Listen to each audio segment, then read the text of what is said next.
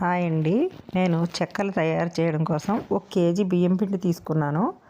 దాంట్లో 1 కప్పు వెన్న వేసి బియ్యం పిండికి మొత్తం పట్టేటట్టుగా కలిపేసుకున్న తర్వాత ఉప్పు, కారం, కొద్దిగా పుదీనా, ఒక పెద్ద కప్పుతోటి శనగపప్పు ముందుగానే నానబెట్టుకుని పెట్టుకోవాలి.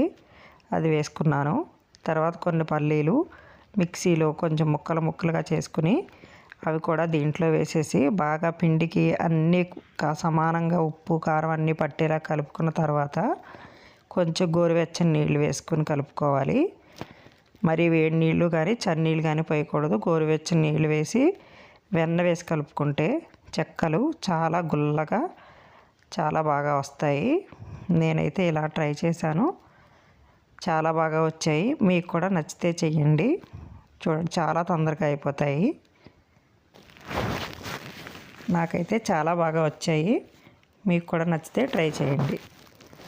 చెక్కలకి ఎప్పుడు కూడా వెన్న కంపల్సరీ కలుపుకోవాలి. వేడి నూనె అవి కంటే కూడా వెన్న వేస్తేనే బాగుంటాయి. కొంచెం గోరువెచ్చని నీళ్ళతో కలుపుకోవాలి. చాలా బాగా వస్తాయి, తొందరగా అయిపోతాయి.